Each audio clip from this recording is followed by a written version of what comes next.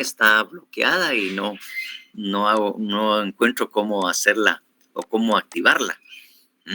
Entonces, para no perder el tiempo, porque íbamos a suspender por fallas técnicas, vamos a tener que dar la presentación así como íbamos y solo que me escuchen. Así solo oyen mi melodiosa voz, ¿verdad? Y entonces, no sé, pero sí me escuchan bien y todo sin problema, ¿verdad? Sí, licenciado. Entonces vamos a tener que hacerlo de esa manera, porque ya le digo, así como están viendo ustedes el candado. Entonces vamos a hacer la presentación y entonces no voy a tener cámara para que me miren. Entonces vamos a hacerla de esa manera. Entonces empecémosla así, Londi.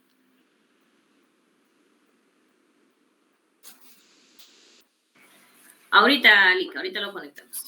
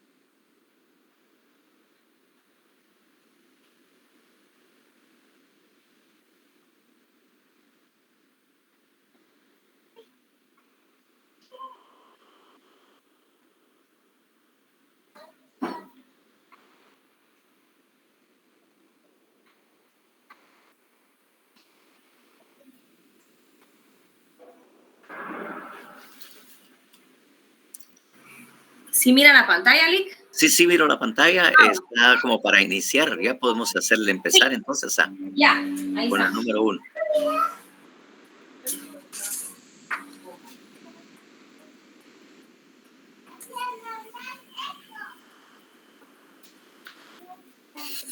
Bien, ahí vamos a empezar entonces. Esta es la famosa presentación que no habíamos podido hacer primero por que estábamos en actividad presencial y obviamente pues no teníamos los aparatos para hacerla. Cuando ya habíamos decidido cómo hacerla, pues yo tuve problemas, me enfermé y ahorita pues ya voy saliendo de mi enfermedad y entonces ahorita precisamente vamos a hacer esta presentación y vamos a escuchen bien y tomen nota precisamente de esta porque como le digo, este es bastante importante, ¿no? De alguna manera es bastante importante. Entonces ahí tenemos esta configuración constitucional del proceso penal.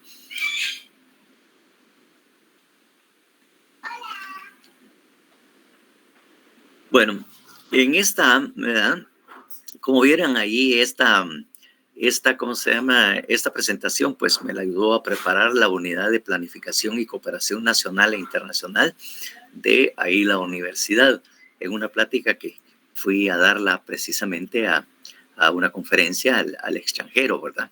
Entonces, ahí es precisamente lo que nosotros tenemos ahí. Preguntarnos qué es el derecho procesal penal para que tengamos una clara imagen de lo que es, aunque ustedes pues ya incluso fueron evaluados, ya mejor lo saben, qué es el derecho procesal penal. Next, please.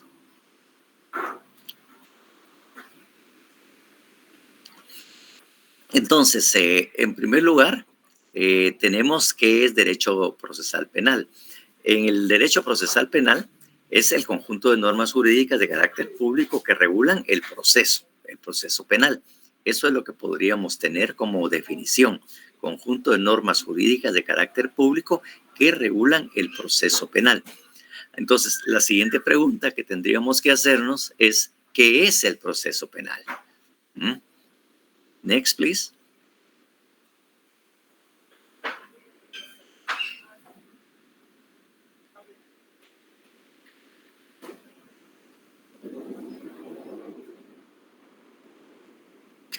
Entonces, ahí tenemos, como le digo, varias percepciones de lo que podríamos nosotros indicar o señalar que es el derecho procesal penal y efectivamente el proceso penal, ¿verdad?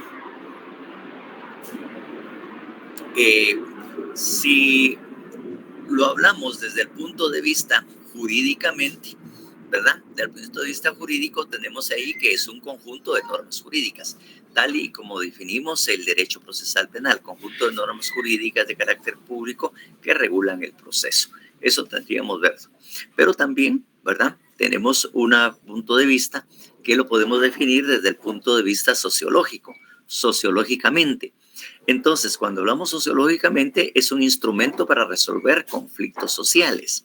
De alguna manera, pues nosotros partimos que el delito es un conflicto social, es un problema que genera mucha intranquilidad en la sociedad, que genera un conflicto sociales, ¿verdad? Un problema de carácter social. Y no necesariamente porque nosotros estemos involucrados o que de alguna manera fuimos víctimas de algún delito, sino que porque es obvio que si sabemos que en cierta zona, en ciertos lugares, se están cometiendo muchos delitos o están matando, entonces crea que no, pues uno ya sale hasta con mucho temor o mucho miedo, pues porque no sabe a uno lo que puede encontrar. Entonces, bajo ese aspecto, pensamos que el delito es un conflicto social y este es el instrumento creado por el derecho para resolver ese tipo de conflictos. Y obviamente, si lo vemos desde el punto de vista constitucional, como ya se ha expresado en otros momentos, estamos viendo que es un límite al ius puniendi. Recuerden ustedes que en algún momento ustedes en Derecho Penal 1 vieron que existe el ius penales, el ius penale y obviamente también el ius puniendi. Esas son las dos formas de ver el derecho penal, desde el punto de vista ius penale, que son todas las normas sustantivas que crean el delito y generan las penas, y desde el punto de vista subjetivo es el límite, es un ius puniendi. O sea, no debemos traducir esta palabra en latín, ius puniendi, desde una manera automática y decir, bueno, es la facultad que tiene el Estado de castigar. Entonces, el ius puniendi, ¿verdad? La facultad o el derecho de castigar. Porque realmente eso constitucionalmente no es posible. El Estado no castiga, no puede castigar precisamente, porque no es esa su función. Entonces, porque incluso la misma Constitución le indica que la pena no es un castigo, sino es una forma prácticamente de poder resocializar a la persona. Entonces, definitivamente, como les digo, no podemos nosotros pensar que el Estado castiga, no puede hacerlo.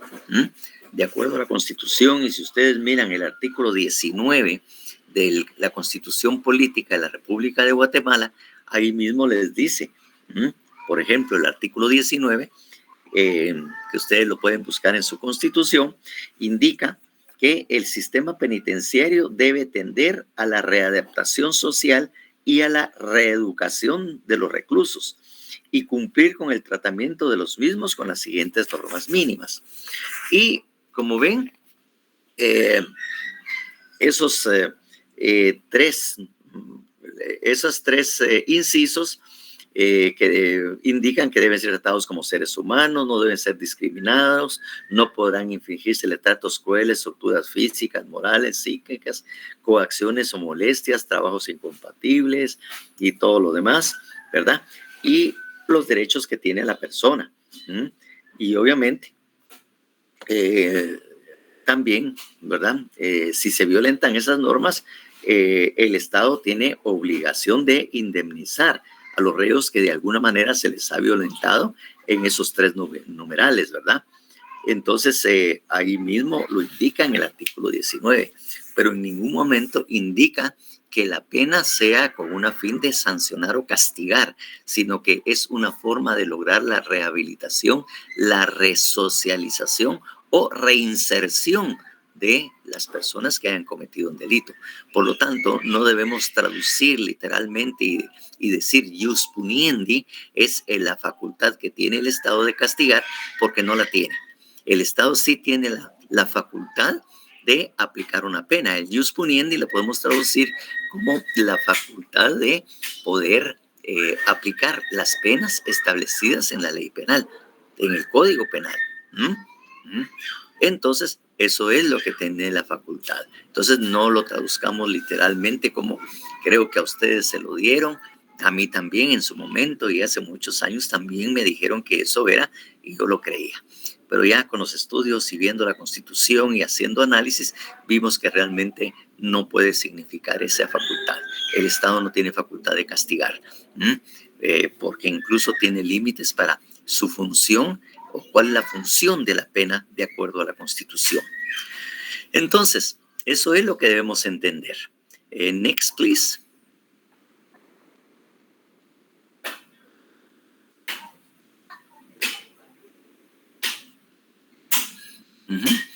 Entonces, constitucionalmente, nosotros tenemos que ver qué es lo que indica el artículo 12 del Código, ¿cómo se llama? De la Constitución Política de la República de Guatemala. Tendríamos que ver precisamente ese artículo 12, que resulta bastante importante y es bastante revelador, porque de alguna manera esta presentación se hizo precisamente o se creó en el artículo 12. Y como les digo, muchas veces no tenemos esa capacidad para poder saber qué realmente encierra y qué es lo que efectivamente a veces está regulando el artículo 12. Pero van a ver la importancia que tiene. Entonces, no sé, alguien puede leer el artículo 12, aunque ya posiblemente ya estén aburridos del mismo. ¿Podría alguien leer el artículo 12? Jennifer.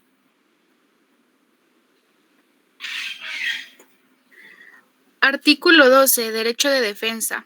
La defensa de la persona y sus derechos son inviolables. Nadie podrá ser condenado ni privado de sus derechos sin haber sido citado, oído y vencido en proceso legal ante juez o tribunal competente y preestablecido.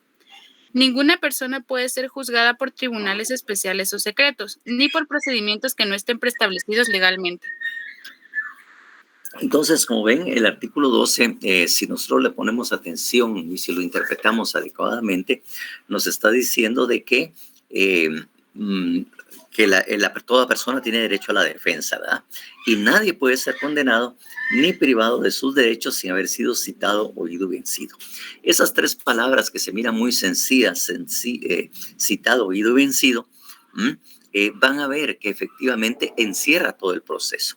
Entonces, en pocas palabras podríamos decir que nadie puede ser, como quien dice, condenado, ni privado de sus derechos si no se ha agotado un proceso penal, un debido proceso. Porque ya les digo, esas tres palabras que nosotros simplemente las leemos y no, posiblemente no comprendemos los alcances, es en la base que, de acuerdo a estudios que yo tuve y analizando ese artículo 12, encuentro que esas tres circunstancias, citado, oído y vencido, encierra realmente el proceso penal. Y eso es lo que de alguna manera vamos a presentar precisamente. Ese es el fondo de esto, que de alguna manera debemos de cumplir con el debido proceso. De alguna manera, solo agotado un proceso legal puede realmente sancionarse a una persona. Y obviamente, cuando dice en proceso legal ante juez o tribunal competente y preestablecido, es que definitivamente la competencia es muy importante. Recordemos, solamente porque siempre me gusta que recuerden para que no queden dudas, qué es la competencia.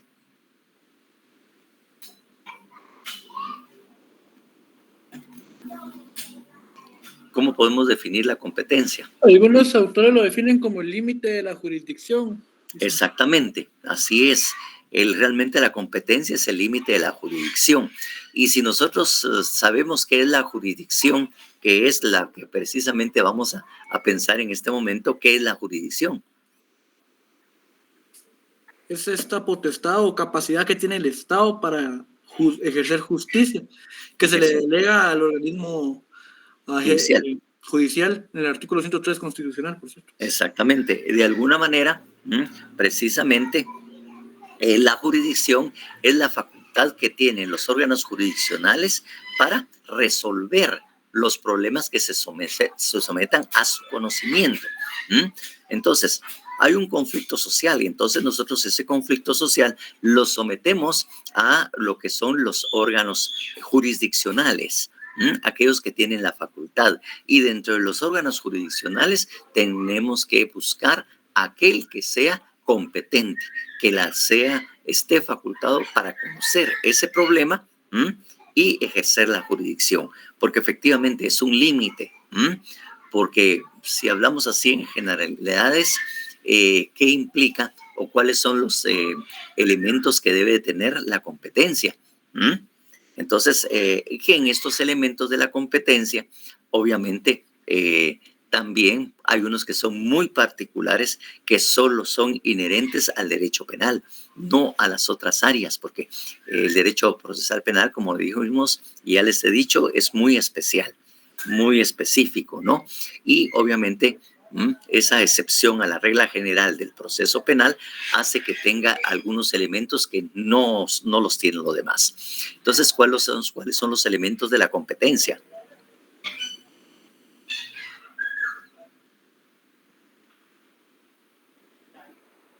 Sería así por materia, por cuantía. Exactamente. Está el tema de materia. La competencia determina por la materia. Obviamente, los jueces competentes para conocer el tema penal son únicamente los jueces penales, para empezar a delimitar precisamente esa competencia por razón de la materia. Y obviamente dentro de lo que son los órganos jurisdiccionales penales hay delitos de narcoactividad, hay delitos contra el ambiente, hay delitos contra la corrupción, hay delitos administrativos. Entonces, algunas veces estos tribunales están o tienen una materia específica, ¿verdad? Porque hay tribunales competentes, por ejemplo, para el trato de violencia contra la mujer y de feminicidio.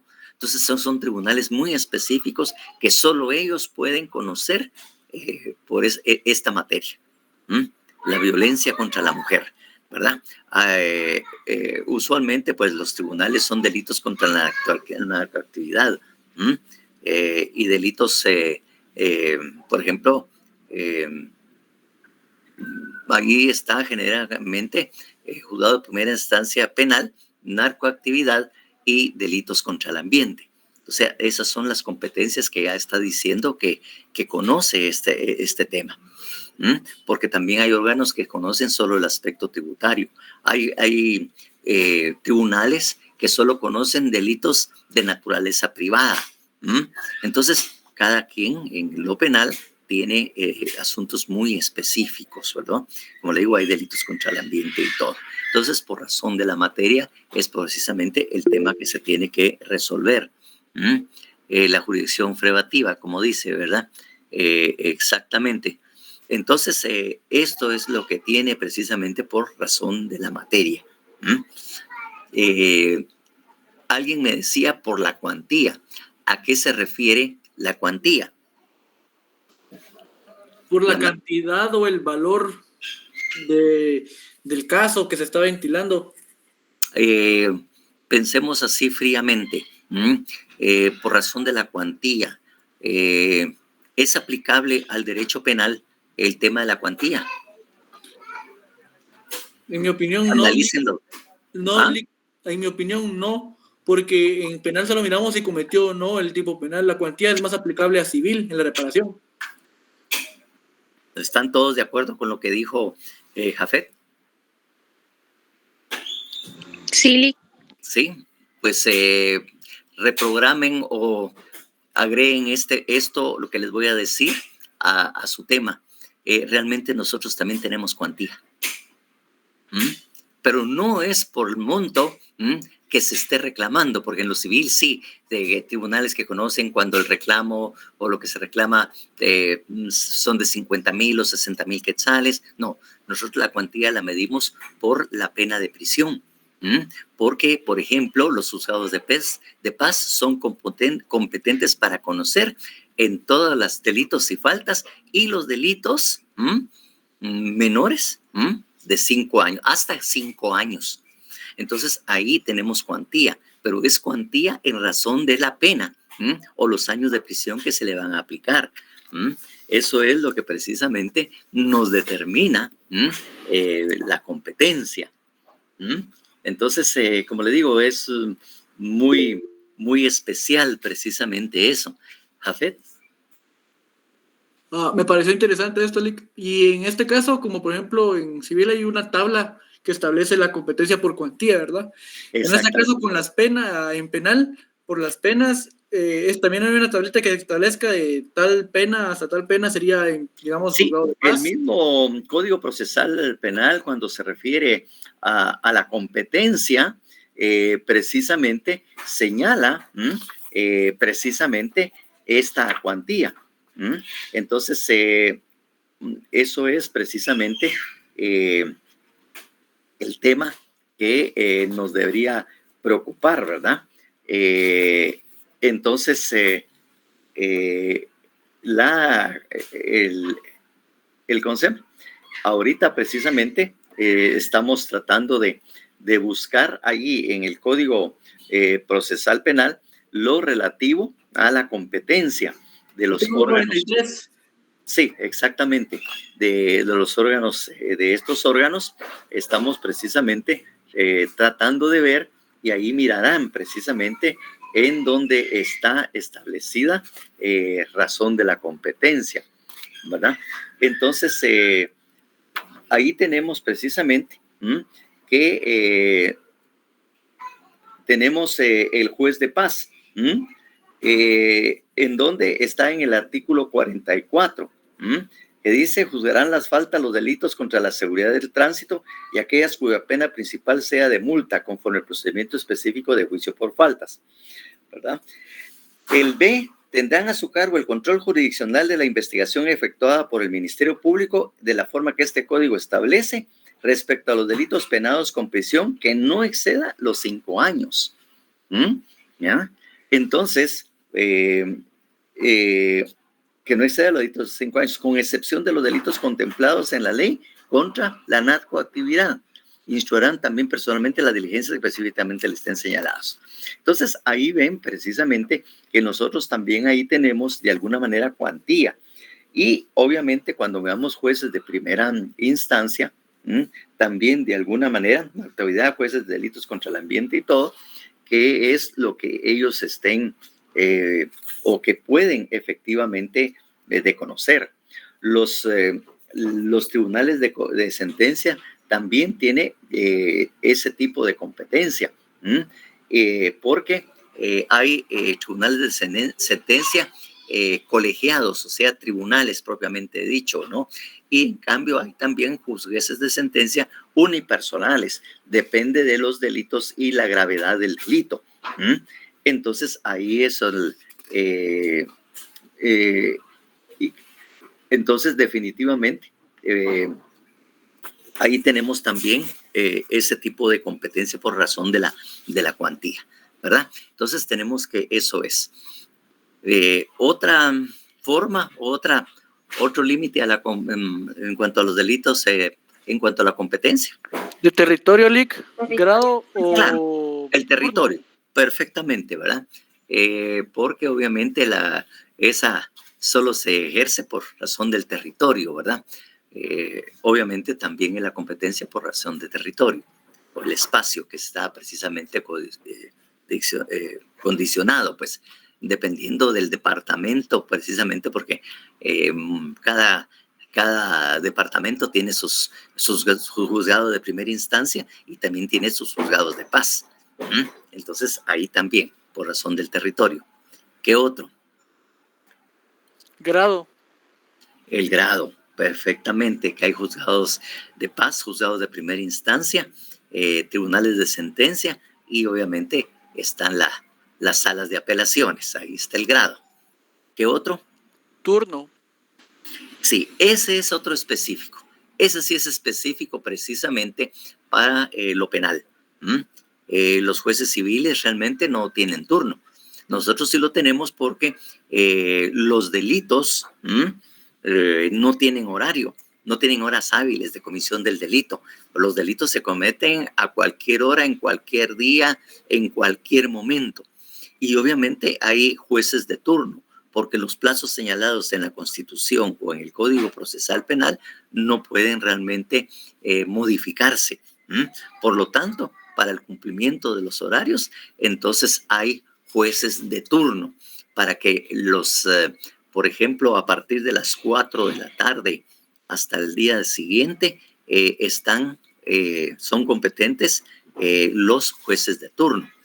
Y bajo esas características es que también el Ministerio Público también tiene fiscalías de turno para poder atender los casos que se cometan fuera de estos horarios hábiles, pues de esos horarios hábiles. Entonces también la Fiscalía también tiene defensa pública. La defensa pública precisamente están también divididos por razón del turno. Entonces, esos son lo que nosotros tenemos, Jafet. Sí, Lick, yo tendría dos preguntas, disculpe. La primera es, como en civil la competencia por territorio es por donde tiene fijado el domicilio de la persona. Sí. Ahora bien, aquí en penal, no sé si estoy mal, es por el lugar en donde se cometió el delito. Por el lugar donde se cometió el delito, o si se cometió el hecho en un lugar distinto donde tenga o se generen los efectos del delito. Ya. La siguiente eso sería... está en el Código Penal también.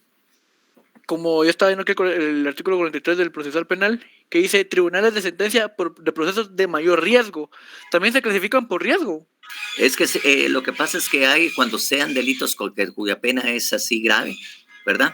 Entonces tienen necesariamente que acudir a estos tribunales de sentencia, como les digo, especiales, porque también hay delitos también de mayor riesgo, y hay juzgados de mayor riesgo también. Entonces también en eso de los juzgados o los tribunales de sentencia son por los delitos graves o delitos de mayor riesgo, son los que tienen ellos competencia.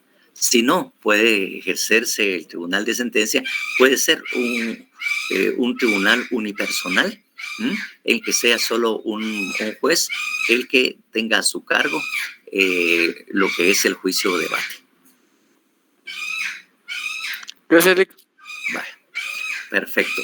Entonces, ahí es donde precisamente nosotros tenemos. Élfido.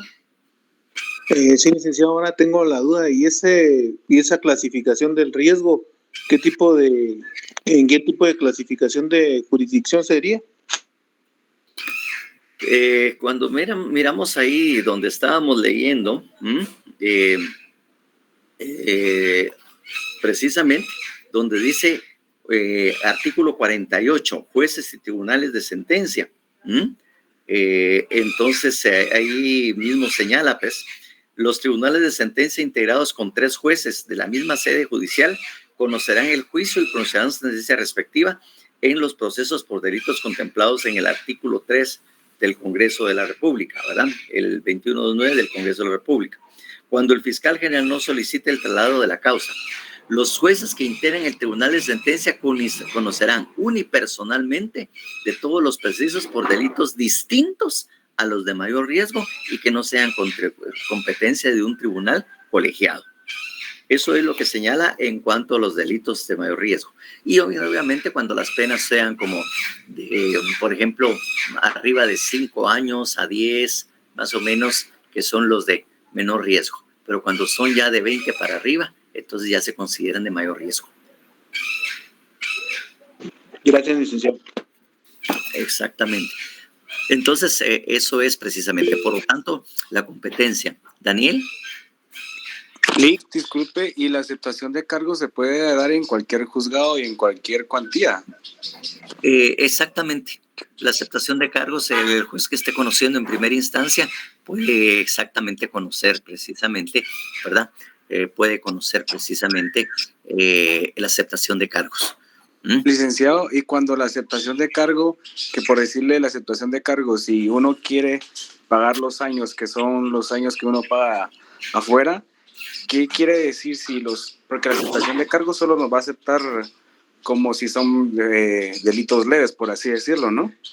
De alguna manera, esa aceptación de cargos, hay una rebaja considerable de la pena y efectivamente, obviamente, usualmente son conmutables. Ok, gracias, Lick. Pero esto siempre y cuando sean leves, por decirle, o solo va a ser reducción de la pena. Exactamente, porque la ley de aceptación de cargos, de alguna manera, tienen ya claramente establecidos cuáles son los casos en que procede precisamente esa aceptación. Ok, gracias, Lick. Bueno, entonces, como le digo, eso es lo que tenemos para nosotros. Esa competencia, como le digo, es bastante específica, bastante especial y que efectivamente, pues, tenemos que ser muy cumplidores. Y ya les digo, nosotros tenemos en penal competencias muy, muy especiales, obviamente. Bueno, entonces, de alguna manera, como le digo, la competencia es bastante importante y va a haber una reiteración usualmente en el Código Procesal Penal en el señalar el juez competente, que de alguna manera puede ser.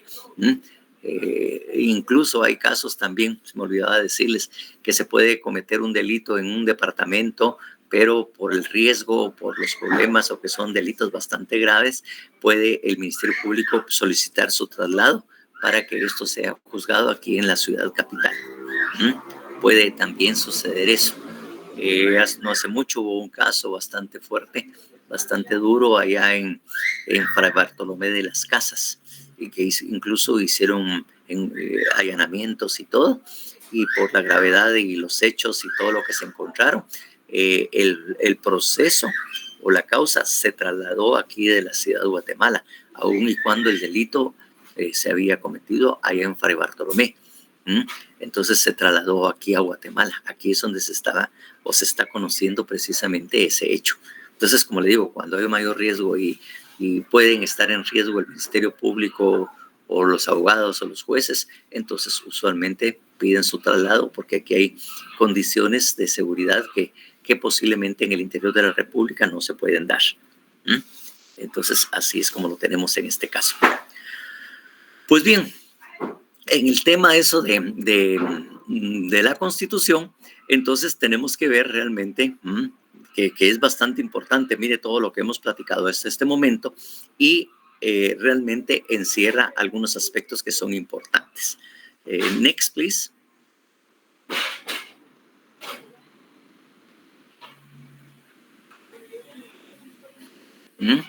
Bueno, aquí está la transcripción del artículo 12, ¿verdad? Que ya lo hemos leído y que me olvidó que estaba esta, así que la vamos a pasar. Next, please.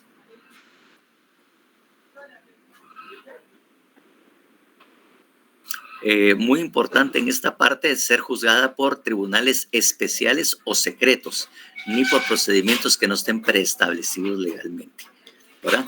Esa es la legalidad, ¿verdad? Solo por no hay tribunales especiales o secretos, que sí lo hubo en una época, y también los procedimientos deben estar preestablecidos, ¿verdad? En la ley, que tiene que tener esos procedimientos ya previamente. Next, please.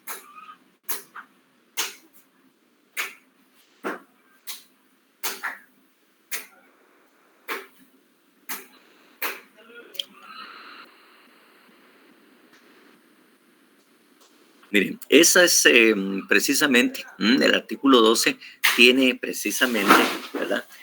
Contemplado esas tres cosas que tiene ahí.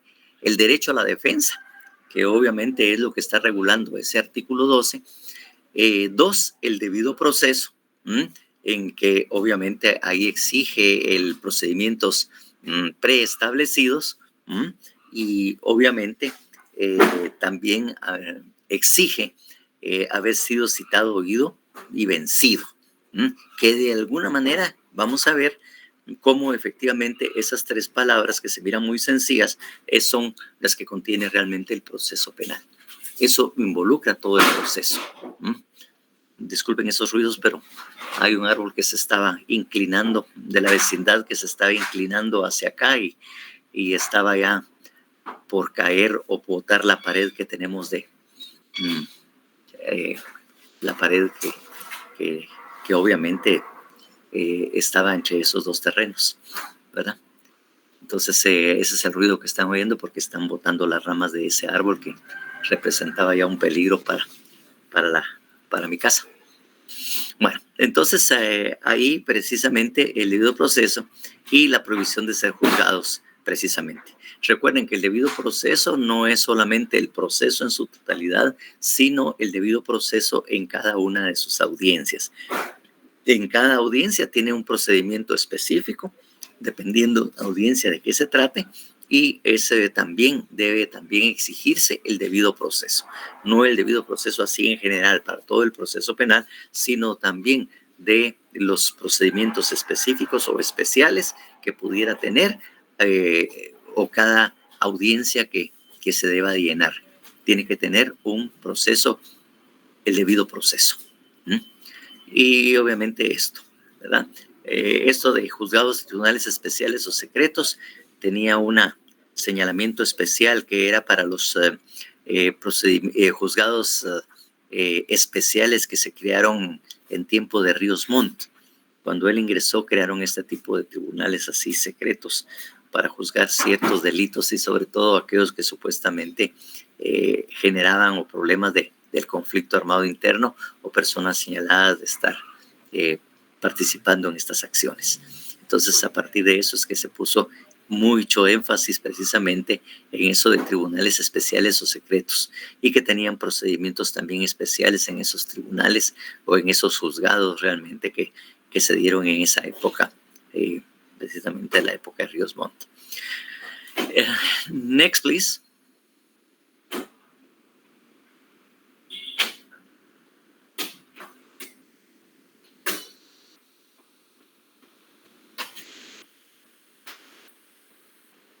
Entonces, aquí tenemos una condición sine qua non, o una condición esencial, principal, para ser condenado o privado de sus derechos. O sea, además del debido proceso, dice haber sido, next, please, citado, oído y vencido. Que, como les dije ya, y de alguna manera lo he repetido y se lo repito nuevamente, ¿no? Que efectivamente esas tres palabras, tenemos problemas por la tormenta también, que de alguna manera prácticamente es lo que desarrolla o se desarrolla todo el proceso penal. Next, please.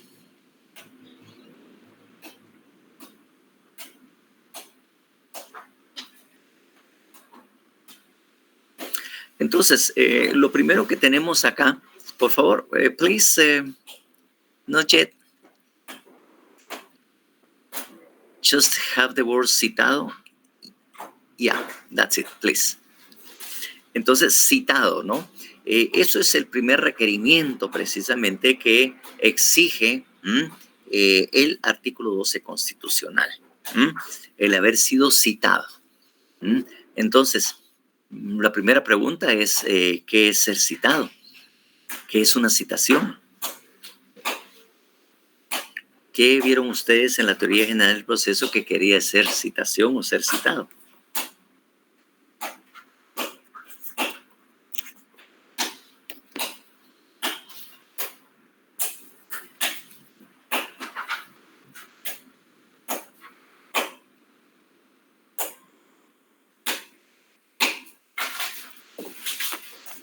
¿Alguno que tenga idea de qué es citado?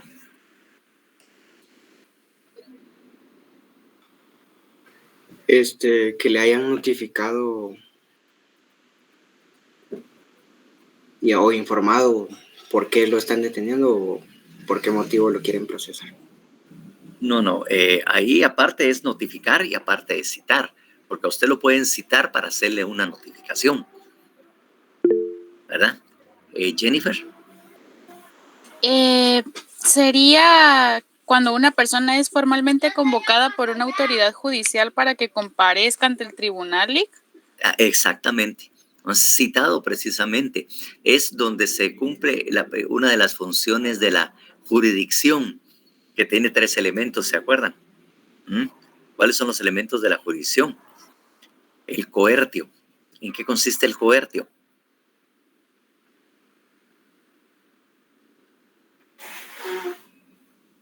El poder coercitivo que tiene el juzgador de poder citar a la persona. A cualquier persona para que comparezca, ¿verdad?, al órgano jurisdiccional en un día y una hora determinada. Eso es precisamente lo que de alguna manera está regulando precisamente esto, ¿no? Obviamente, en el artículo 160 del Código Procesal Penal indica precisamente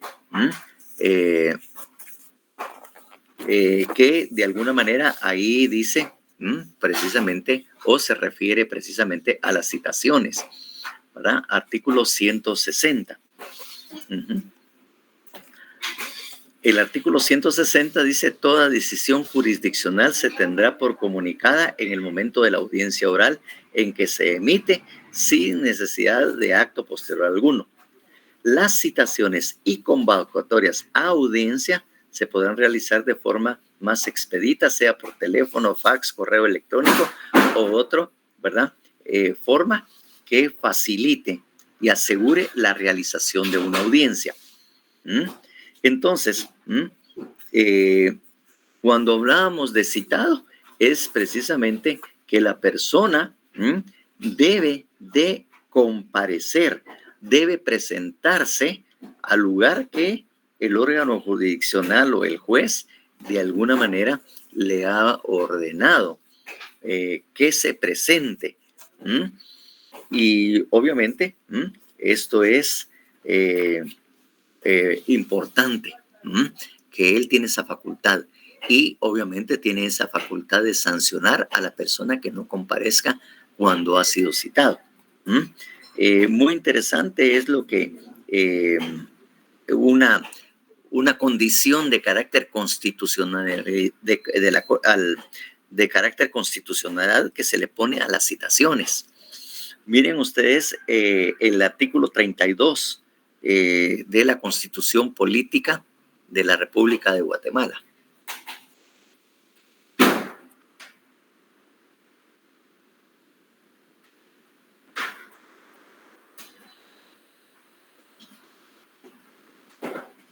¿Se lo leo, Lick? Gracias. Artículo 32. Objeto de citaciones. No es obligatoria la comparecencia ante autoridad, funcionario o empleado público si en las citaciones correspondientes no consta expresamente el objeto de la diligencia. Entonces, la citación es donde se le avisa o se le advierte a una persona que debe comparecer ante una autoridad o ante un juez competente. Ahí es donde se le dice: mire, es necesario que usted el día de mañana a tal hora, a tal momento, comparezca a tal órgano jurisdiccional, e incluso a veces hasta le ponen la dirección a uno para que pueda precisamente comparecer o hacerse presente. Y eso, fíjense ustedes, no es obligatoria si no consta expresamente el objeto de la diligencia. ¿Para qué? ¿Para qué me está citando? La citación debe decir para qué es lo que usted me quiere. Yo no puedo llegar simplemente porque usted, mire, usted venga mañana a las 8 de la mañana a tal juzgado y tal cosa, que usted venga. Entonces, yo no estoy obligado a asistir si no me dice para qué. ¿Para qué es que quiere usted que comparezca? Ahí mismo le tienen que decir. Claro, ya como abogados ustedes entenderán de que no es simplemente le van a decir a su cliente: mire, la citación que le dieron no dice para qué es, así que no llegue. No, eso sí no lo puede hacer. Usted una hora antes, por lo menos, de que se cumpla el tema de la citación, usted dice que de conformidad con la Constitución le presenta un escrito, le devuelve la citación y dice que de conformidad con el artículo 32 constitucionalidad de la Corte Constitucional, de la Constitución Política de la República de Guatemala, usted no está obligado a comparecer si no se dice expresamente el objeto de la diligencia, que por tal motivo no va a comparecer, no va a estar presente hasta en tanto se llene ese requisito constitucional, porque no simplemente es de no ir. Pero es que mire que no tenía, pero debió habérselo dicho, pues, porque toda resolución o acto judicial tiene una presunción de legalidad. Se presume que sí está bien hecha. Por lo tanto, ustedes deben de devolver la citación y decir el motivo por el cual ustedes no están obligados y que cuando ya la citación cumpla con ese requisito, yo compareceré a cumplir con la misma. Tienen que avisárselo, no simplemente decir, pues no voy. No puede. Entonces, porque la citación puede ser para cualquier cosa, pues.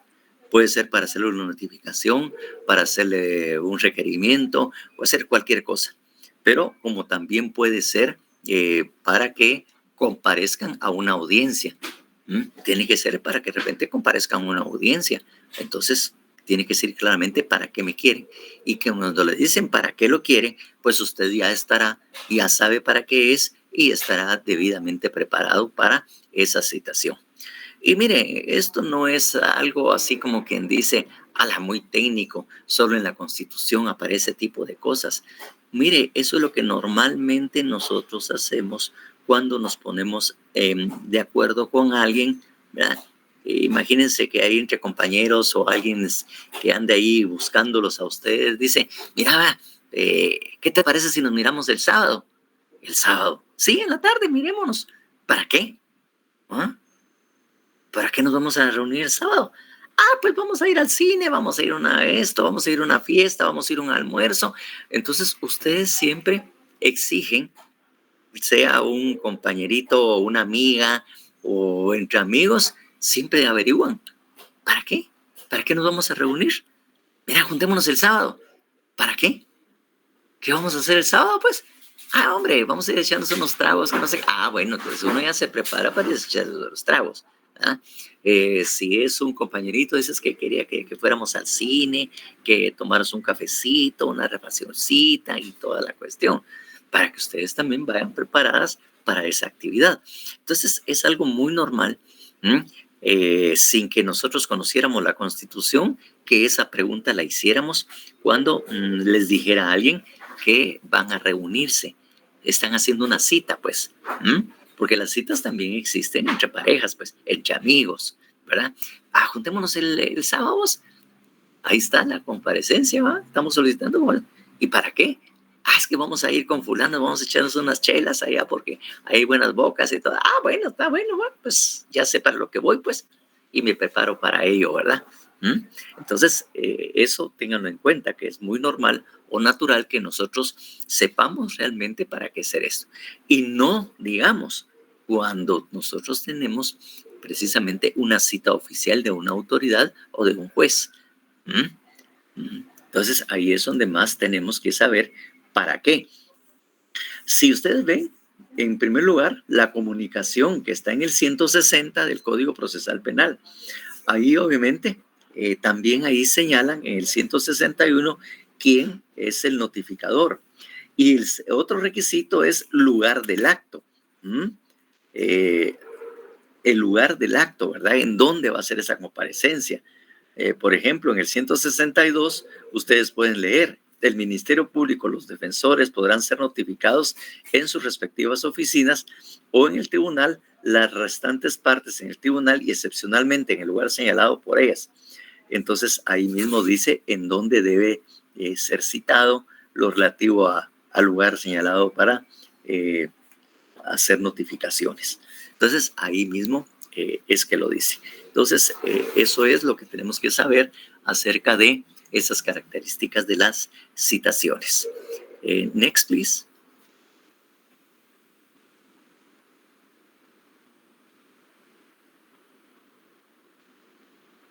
Entonces, en nuestro caso, si estamos hablando penalmente, para ser citado, debe de existir un hecho delictivo. Eso es precisamente lo primero que teníamos que ver, si vamos a ser citados y sobre todo por el Ministerio Público, porque el Ministerio Público también nos puede citar, o si estamos siendo citados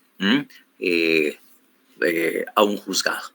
Si es a un juzgado o al Ministerio Público, obviamente no va a ser una reunión social a las que nos estén citando o a reunirnos para esto, sino que debe haber un hecho delictivo.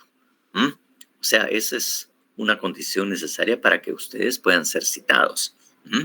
Next, please.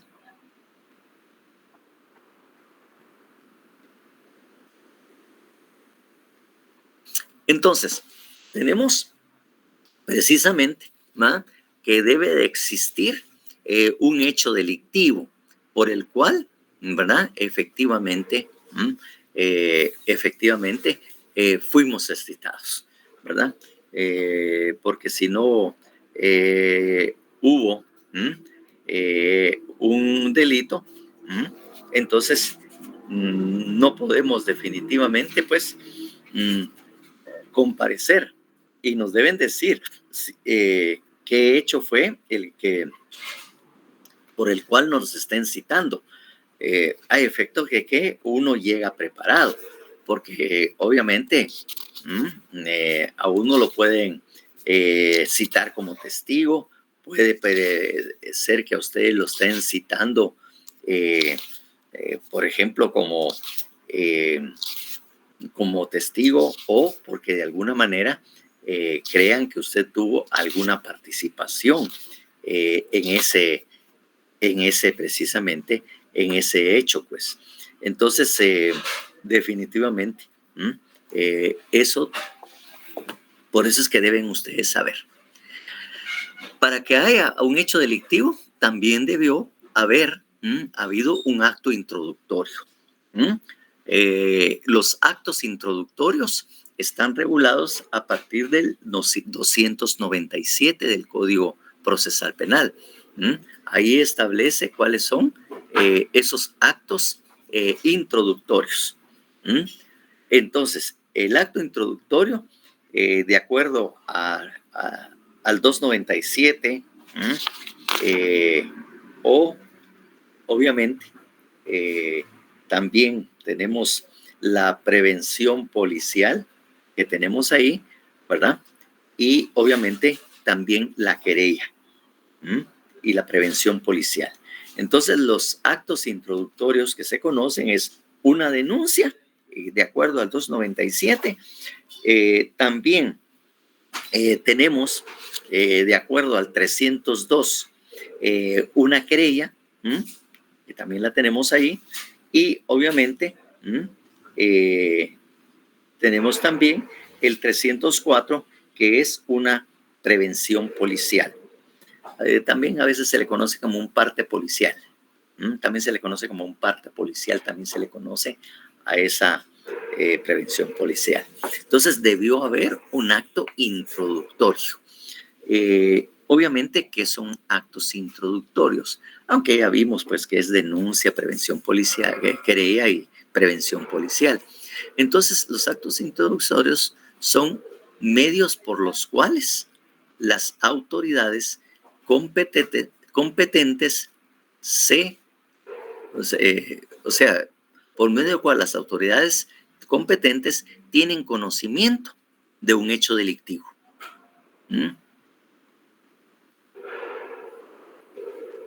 Son los medios por los cuales las autoridades competentes se enteran o tienen conocimiento de la comisión de un hecho delictivo. Entonces, tiene que haber habido un acto introductorio que puso en conocimiento de las autoridades competentes de que hubo un hecho delictivo. O sea, autoridades competentes en todo caso podrían ser los tribunales, el Ministerio Público, las estaciones de la Policía Nacional, donde se pueden poner también denuncias. Entonces, esos son los actos introductorios. Claro está, hay personas que tienen una errónea definición del acto introductorio, porque algunos dicen son los medios por los cuales se inicia un proceso penal. Y la verdad es que no son formas de iniciación del proceso penal. El proceso penal se inicia hasta después de haber habido una primera declaración. Hasta en tanto, no hay realmente, ¿verdad? No hay realmente iniciación del proceso. Porque ya les digo, actos introductorios son solamente los medios por los cuales las autoridades competentes se enteran de que se cometió un hecho delictivo. Eso es lo único que hay. Porque claro, después el Ministerio Público tiene que hacer una investigación previa, y de repente en esa investigación previa, ellos encuentran que no hay delito, o que no hay personas a quien citar y que realmente o se pudo haber arreglado y todo lo demás. Y entonces realmente el proceso penal no se inicia nunca. Entonces, por eso es que no podemos hablar que esa es la forma de iniciación del proceso penal. El proceso penal no se inicia de esa manera. Así que no confundamos esto, pues. Los actos introductorios, vuelvo a insistir, solo son los medios por los cuales las autoridades competentes se enteran acerca de la comisión de un hecho delictivo. Es lo único. Es lo único que nosotros podemos decir en cuanto al acto introductorio. Entonces, bueno, donde se refiere a eso que de alguna manera el Ministerio Público en un momento determinado pueda desconocer o realmente archivar eso, lo tenemos regulado en el artículo 310, que se denomina desestimación.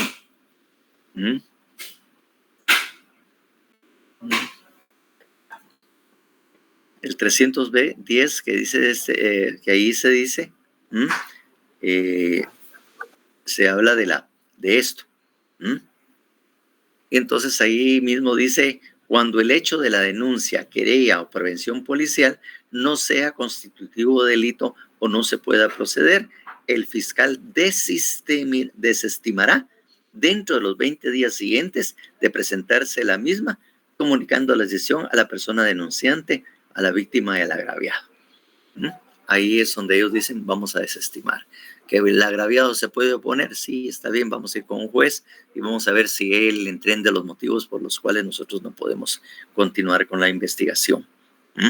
Entonces, pero ya les digo, ahí no se ha iniciado proceso penal alguno. Solo para que ustedes tengan ese conocimiento ya de esas circunstancias. Next, please.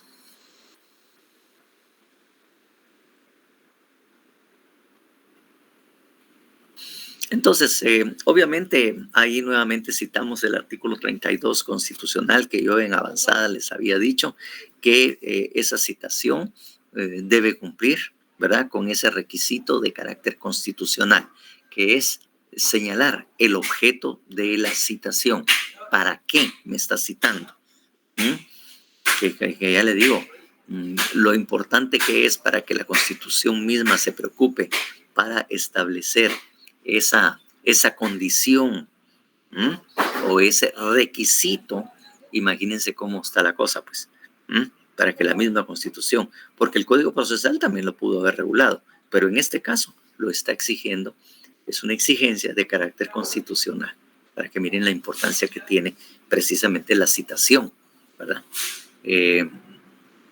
La citación en el proceso. Next, please.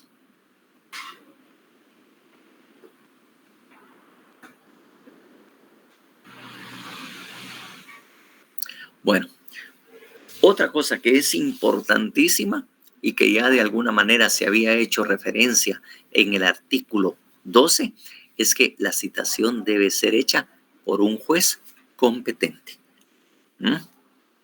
Es decir, el tema de juez competente, como le digo, lo vimos en el artículo 12 constitucional, que es una exigencia precisamente constitucional, porque ahí mismo en esa partecita donde habla del citado, oído, vencido, indica, nadie podrá ser condenado ni privado de sus derechos sin haber sido citado, oído y vencido en proceso legal ante juez o tribunal competente y preestablecido. O sea que condición para que esa citación pueda realizarse o yo pueda comparecer es que el juez que me esté citando sea competente. Porque, como le digo, se cita ahí o se señala en la Constitución, por lo tanto, no puede ser de otra manera, que no exijamos nosotros que determine si es un juez competente el que me está citando por ese hecho o por esa circunstancia. Next, please.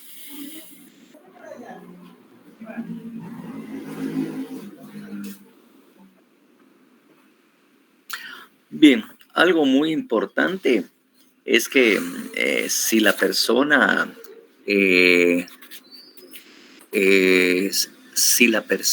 ¿verdad?, tiene que comparecer, ¿verdad? Tiene que decir porque obviamente el juez a través de la citación está ejerciendo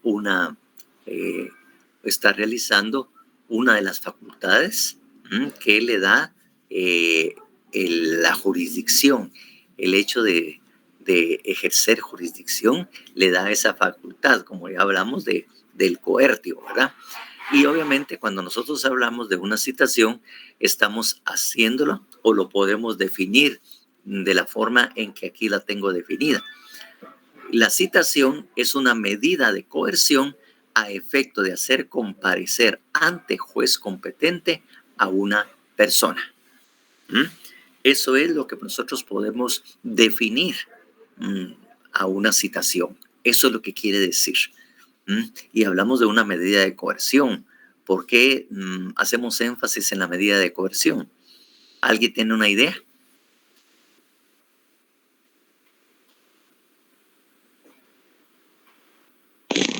Tal vez algo imperativo, licenciado. Exactamente. Las personas o los ciudadanos están obligados a comparecer cuando sean citados. Porque si no lo hace, el juez puede ordenar su comparecencia a través de la fuerza pública.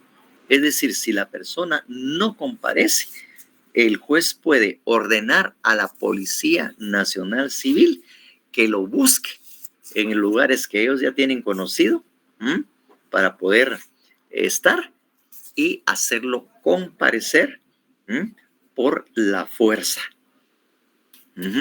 Entonces puede llegar la policía y decir, mire, tenemos una citación y lo tenemos que llevar a ustedes, no detenido, sino que lo tenemos que llevar a efecto de que usted se presente. Entonces ahí es precisamente en donde definitivamente el juez hace valer esa medida de coerción que él tiene. Cuando la persona debe de presentarse, cuando el juez lo ordena. Y si él no lo hace, si la persona no lo hace, entonces el juez tiene la facultad para ordenar a la Policía Nacional Civil de que lo mande o lo ubique a efecto de hacerlo comparecer a su presencia. Entonces, eso es las facultades precisamente que tiene el juez de lo penal, hacerlo comparecer por la fuerza. Y es una facultad que obviamente solamente la tiene el juez, porque a veces hay situaciones donde también el Ministerio Público se pasa y obviamente le cita y le hace decir de no comparecer, lo haremos convocar,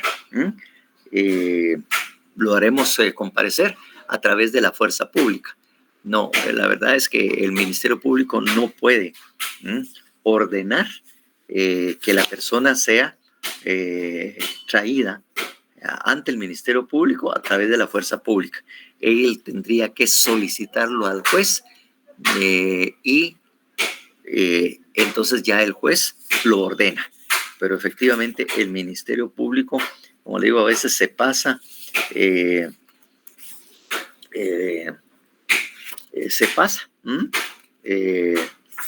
se pasa y obviamente ellos dicen que lo van a mandar a traer por la fuerza pública, pero realmente no puede, efectivamente. Entonces definitivamente no puede hacer. No lo puede hacer precisamente porque eso es una facultad exclusiva para del juez, porque el juez constitucionalmente sí tiene esa facultad para poder hacer comparecer. Entonces lo que tiene que hacer el Ministerio Público es citarlo. No participa. Entonces lo que hace es precisamente solicitar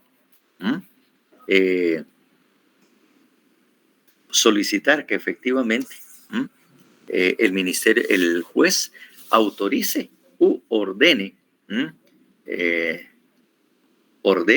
de que la policía los mande a traer inmediatamente.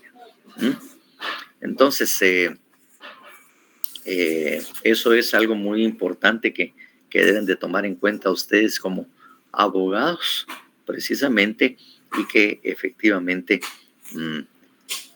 eso tiene que hacerse de esa manera. Entonces, esto es lo que comprende lo que es ser citado.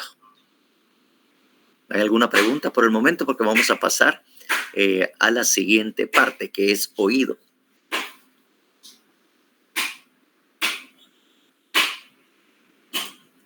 Bueno, si no la hay. Next, please.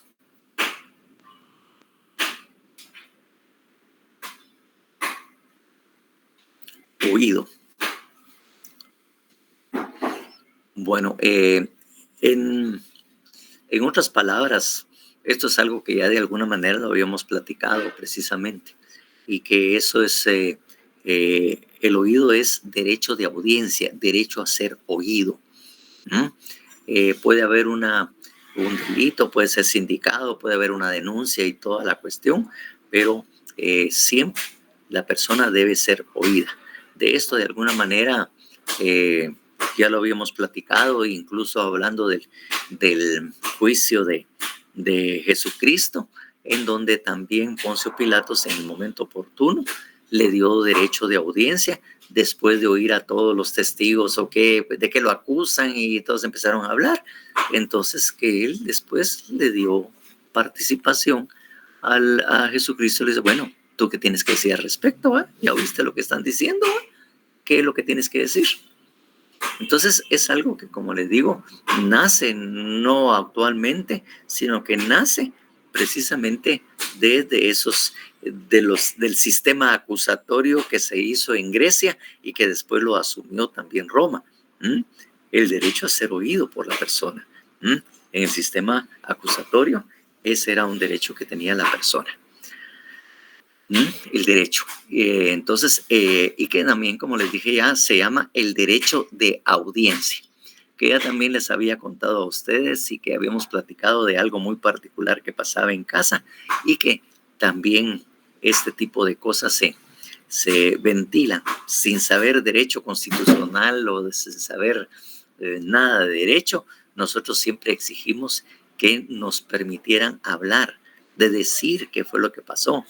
Y se lo pedía cuando mi papá o mamá lo estaban regañando y castigando a uno. Es que, mira, me dijeron que tal y tal cosa. No fue así, espérame, oíme. Que uno exige ser oído, pues. Pues obviamente aquí, a este nivel, si es algo que es un derecho inherente a la persona, es un derecho inherente a la persona, pues obviamente está regulado que las personas que han sido sindicadas o señaladas de algún delito también tienen derecho a ser oídas. Next, please.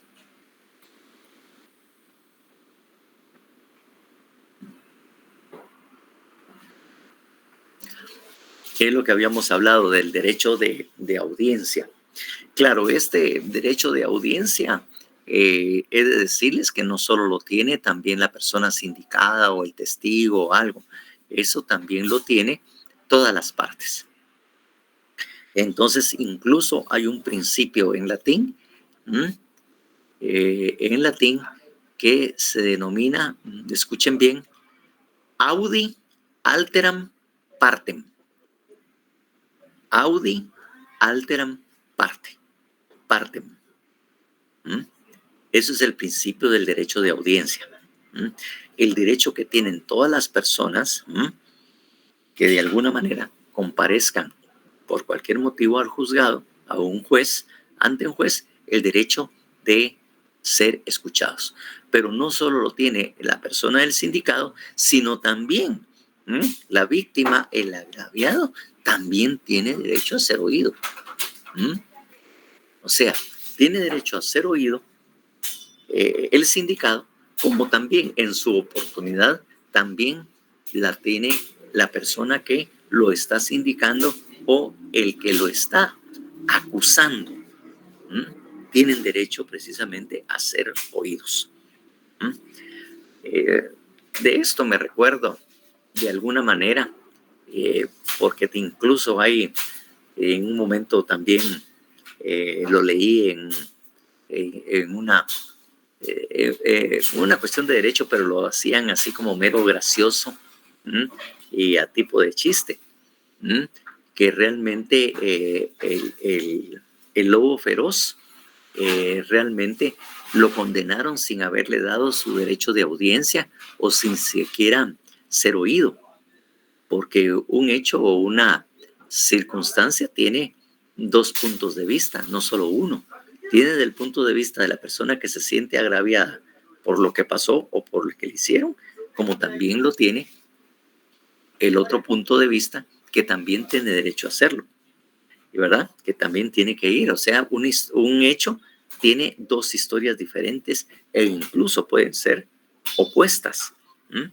Entonces se hablaba así título de un poco gracioso, pero que de alguna manera ilustraba muy bien el tema eso del derecho de audiencia, en que efectivamente, en que el lobo feroz, el lobo de la Caperucita Roja, había sido procesado, sentenciado, e incluso hasta le habían aplicado la pena de muerte y jamás le dieron el derecho a ser oído.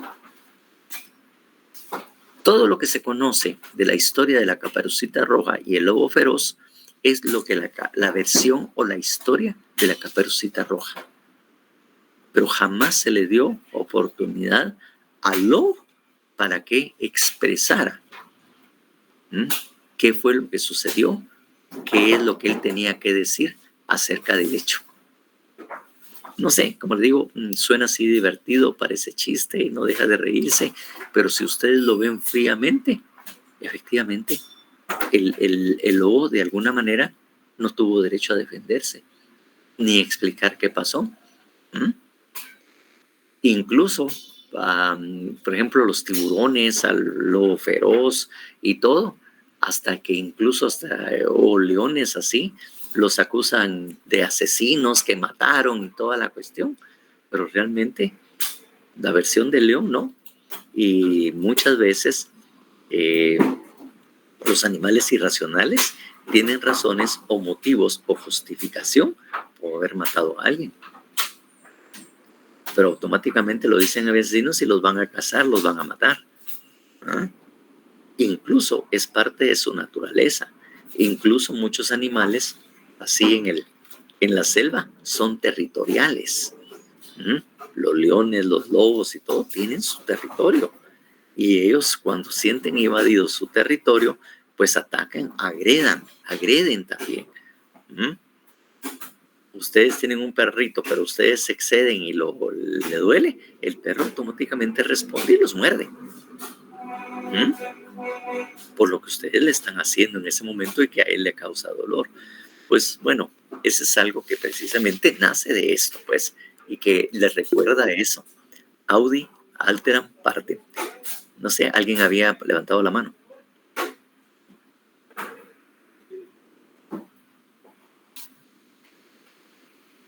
¿No? Bueno, entonces eso es precisamente. Mayra. Licky, así como en estos casos de que tiene que ser escuchada la persona, como cuánto tiempo es que le dan para que se podría decir su declaración o su parte. Su declaración es libre, no tiene un tiempo. Es decir, si nosotros miramos, por ejemplo, que es cuando la persona fue citada o lo llevan a una primera declaración en el artículo 82, que también regula ese derecho a ser oído, no les dice cuánto tiempo. Por ejemplo, si ustedes miran el artículo 82, en cuanto al desarrollo de la audiencia de primera declaración, miren ustedes, en el número 1, en el artículo 82, dice: el juez concederá la palabra al fiscal para que intime los hechos al sindicado con todas las circunstancias de tiempo, modo y lugar, su calificación jurídica provisional, disposiciones legales aplicables y descripción de los elementos de convicción existentes. O sea, el Ministerio Público dice de todo lo que le está acusando, de qué delito piensa él que hizo, qué fue lo que ellos tienen como para probar de que él pudo haberlo hecho. En el 2 indica: si el sindicado acepta declarar, el juez le dará tiempo para que él lo haga libremente. O sea, él tiene la libertad para declarar, no tiene 1 hora, media hora, 5 minutos, sino usted declare todo lo que usted quiera o necesite sobre los hechos que el Ministerio Público a usted les ha dado, pues. Incluso hay condiciones para garantizarle ese derecho para que pueda declarar. Miren, dice métodos prohibidos para la declaración en el 85. Entonces ahí precisamente le está diciendo que no pueden obligarlo, no pueden inducirlo, que no pueden efectivamente declarar, para que puedan declarar libremente.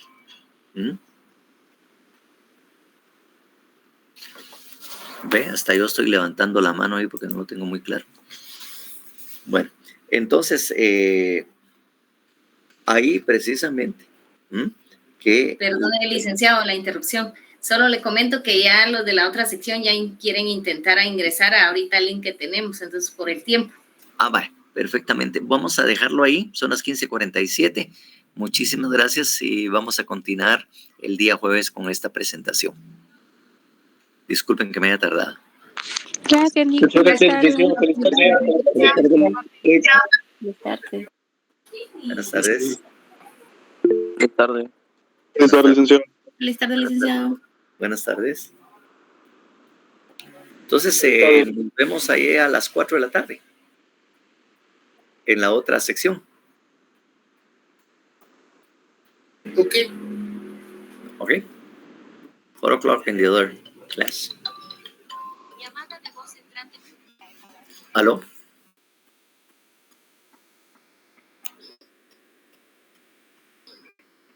Ah, sí.